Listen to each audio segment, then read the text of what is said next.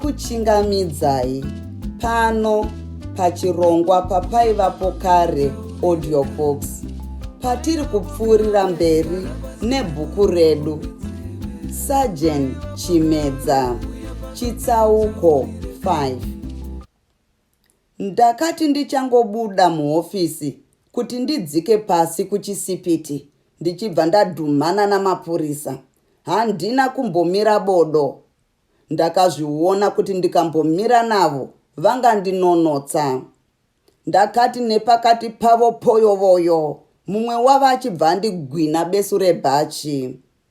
Ndakamutakanura ruoko rwake ndokuti ndimhanye achibva andipiringisha. Ini ndokuti pasi zvi.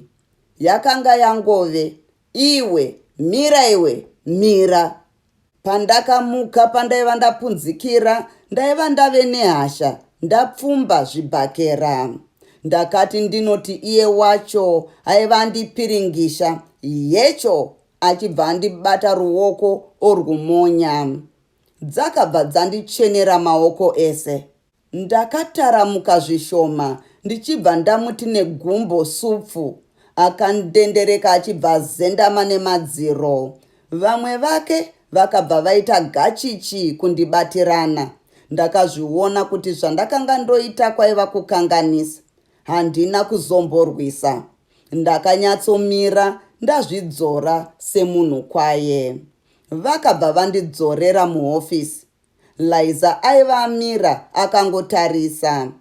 Miromo yake yaidedera kunge aida kutuka mapurisa aya, asi achizongozvidzora zvake chete. Ndave muhofisi ndakanyatsomira kuti dzu ndokutarisana nemukuru wamapurisa aya. Aiva mupurisa murefu, mukobvu ari mutema, aingotswinya-tswinya chiso zvichindipa kufungira kuti aigona kufara kunge chete aona kutambura kwemusungwa. Aiva nenyembe youmeja. Ndakamuti, iwe meja, ndaisirwe isimbi. Meja uya akati, takusunga. Nemhosva yei? Yawakapara. Yei? Iyoyo. Ndiyo mhinduro yaungandipe here iyoyo munhu ane chinzvimbo sechako iwe meja? Iwe zvawaratidza ndizvo zvaungaite munhu anokudzwa sewe here?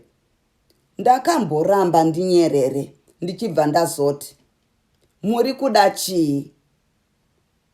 Tinoda kusecha mahofisi ako ese iye zvino, katesi. Hapana hofisi yangu yamunombosecha.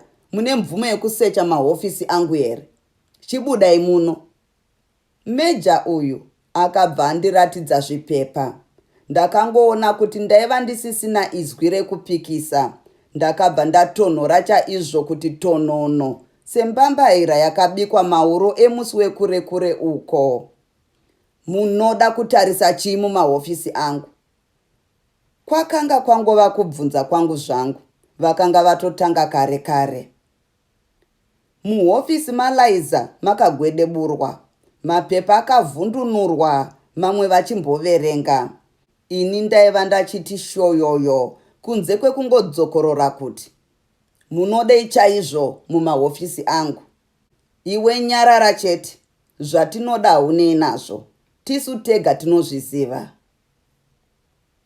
Kana izwi rameja wacho raingova ramuganyambadzi.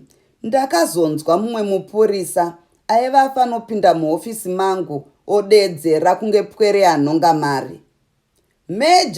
Meja, ndariwana muno, banga racho richitori neropa racho, uyai muone. Ndakangorumanidza miromo yangu ndichiyambira Liza kuti asamboti bufu nezvebanga iri.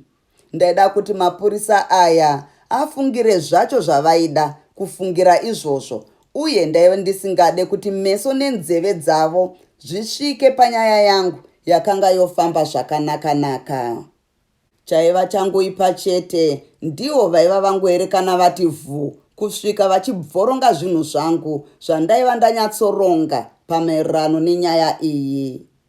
Mhondi yaTabet yakanga ichingonditangira pana zvese.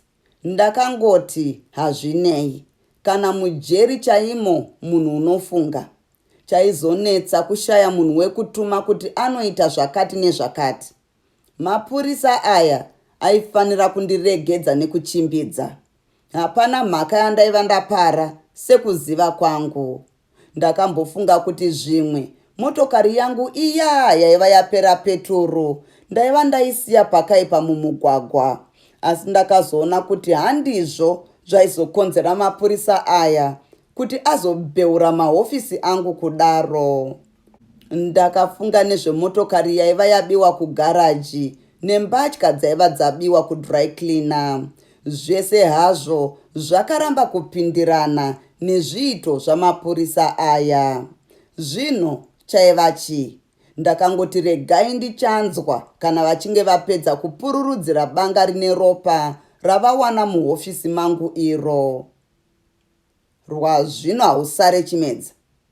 Meja uya akadaro buda muhofisi mangu. Banga riye aiva akarirembedza rakaputirwa mupurasitiki yainge girazi. Meso ake ainge aida zvekundiboora hude chaizvo kuti bhovho. Meno ake aiva akanyinura kunge aida kuti tafura yaLaiza imere makumbo anofamba imutsaukire. Mabhurukwacha ake aiva pamativi achichicha kunge handa dziri kuda kuyamwa pana mai vadzo. Nechemumwoyo ndakangozunguza zvangu musoro ndokumira ndoteerera zvakanga zvorehwa nameja uya. Wajaira kuuraya vanhu uchibuda dhimu koti. Ino iyi haikusiye kana napaduku pese. Mhosva ipi meja? Chamandisira simbi chii? Unozviziva? Hapana chandinomboziva ini. Unoziva zvakawanda iwe. Zvakaita sei nhai meja? Uri kubvunza ini here? Kana kuti ini ndini ndinotofanira kukubvunza? Wakarebesa muromo nhai? Ndini ndakakutuma kuti uite izvozvo here? Waita huwanikwi here? Chifamba tiende. Ndakaramba ndigere. Ndakatarisa kwaiva naLaiza ndichibva ndati, Laiza, vanhu ava vati vanoda kuenda neni. Usazvinetsa zvako, ndinokurumidza kudzoka. Akutaurira izvozvo zvekuti unokurumidza kudzoka ndiani? Meja uya akadaro azvuva meso kunge aida kuti abude panze. Handina kumudaira.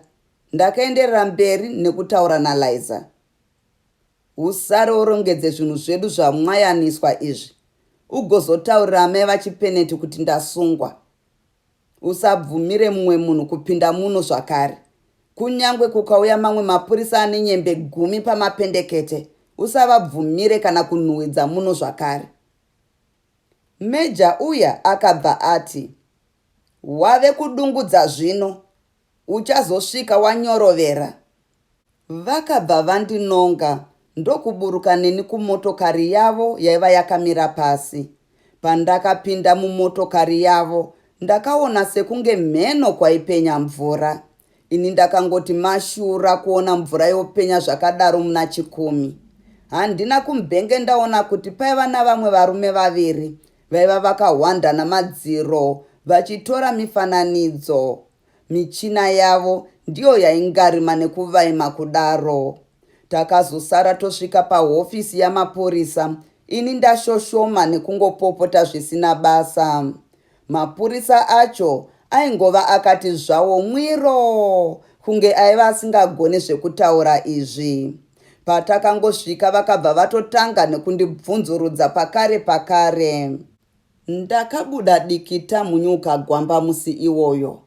Kuti mibvunzo here iyoyo yavaindipa. Mimwe yemibvunzo yavo yaiva yakamonyoroka kunge zongororo ranzwa mutsindo wemunhu. Mhosva yavaindinenera yavaida kuti nditsanangurire mapariro andaiva ndaiita ndeyekuti zvanzi ndini ndaiva ndaba mutumbi wechitunha chavadekenye muchipatara mumochari. Mapurisa ese aifungira kuti ndini ndaiva ndaba chitunha chavadekenye pamusana pezvikonzero zvakawanda. Ndaivengana nemushakabvu uyu Poshi, ndaiva ndaburitsa mashoko mumapepanhau. 2. Motokari yangu yaiva yabiwa kugaraji iya yaiva yawanikwa pakati perimwe dondo raiva pedyo neHarare mangwanani emusi iwoyo. Chitunha chavadekenye chakawanikwa chapera kutsva pamoto wakawanikwa uchiri kupfungaira uri pedyo nepaiva pawanikwa motokari yangu. Mapepa aiva ashayikwa muhofisi malaiza aiva awanikwa ari mumotokari iyi. Mbatya dzangu dziya dzaiva dzabiwa kudry cleaner dzaiva dzawanikwa dziri mubhutu remotokari iyi. Mbatya dzacho dzaiva dzakazara ropa dzichiratidza sekunge ndidzo dzaiva dzakapfekewa nemunhu aiva atakura chitunha chavadekenye. Iyo motokari yacho yaiva isisamuke zvichiratidza kuti ndaiva ndasiya ndichiti ndichazoidzokera kana ndauya nezvekugadzirisa. Bhokisi raichigara nezvekugogodzesa raichigara makare mumotokari maiva musisina. Nyanzvi dzaiva dzaongorora zvaiva zvasara zvechitunha ichi dzaiva dzataura kuti chitunha chavadekenye chaiva chavhurwa nebanga rinopinza mwoyo wavo ndokubviswa. Mwoyo uyu wakanowanikwa musefa yemuhofisi mangu uri mugaba raiva riine mvura. Saka mapurisa aiva wana banga raiva riine ropa riya riri muhofisi mangu vaiva vafungira kuti ndiro randaiva ndasevenzesa kuvhura chitunha chavadekenye kuti nditore mwoyo wemushakabvu. Ndinoda kutora nguva ino kutenda new members nemasubscribers nemi mese vateereri. I appreciate you. Chikonzero chandaidira mwoyo wacho havaichiziva asi vaida kuti ini ndivatsanangurire. Zvese zvazvo, zvese. Ndakaedza kutsanangurira mapurisa kubiwa kwaiva kwaita motokari yangu, kudry cleaner mbatya dzangu nemapepa andaiva ndashaya muhofisi mangu, asi havana kugutsikana nekutaura kwangu. Vaingofungidzira kuti ndini ndaiva ndatuma mumwe munhu kuti aite zvese izvozvi kuti zvigoratidzika seumbavha. Vaidawo kuziva chikonzero chaiva chanditadzisa kuti ndimhan'are kwavari paiva paitika zvese izvozvi. Ndakaedza kuvatsanangurira kuti paivaiva vandisunga ndaitove munzira yekuenda kunomhan'ara, asi havana kugutsikana nazvo. Chandisina kuvataurira ndezvechisembura chiya chekunhonga mazwi chaiva chakateya muhofisi mangu. Ndaiva ndisingade zvangu kuti vamboziva nezvenyaya iyoyi nemhaka yekuti ndaiziva kuti chido chavo chaibva chazonyanya kureba kudarika ini. Ndaiva ndisingade kuti vandibatsire kuti ndisevenze basa rangu. Ndaida kuzviitira pache zvangu sekutanga kwandaiva ndaita. Kwakati kwapera nguva nenguva ndichingogamanwa nayo mibvunzo ndipo pakazouya mumwe mupurisa aine mashoko eruyamuro kwandiri rwandakanga ndoda nemeso matsvuku. Zvamunoona mai, munhu unopera simba ukasara wati rukutu nekungobvunzwa chete. Zvakazouya sekudai. Ropa raiva pabanga rangu raive risiro ropa rimwe chete neraiva pambatya dzangu raifungirwa kunzi ndiro raive remushakabvu vadekenye. Minwe yakaonekwa pamapepa aiva abiwa muhofisi mangu yaive minwe yaLaiza nemumwe munhu wavasina kukurumidza kuziva kuti aiva ani. Dzimwe nzvimbo dzavaifungira kuti vachawana minwe mumotokari dzaiva dzapukutwa dzese. Kana gaba ravaiva vatora musefa yangu riine mwoyo wemushakabvu raiva rapukutwa minwe yese. Vakazongowana minwe pamwoyo chaipo.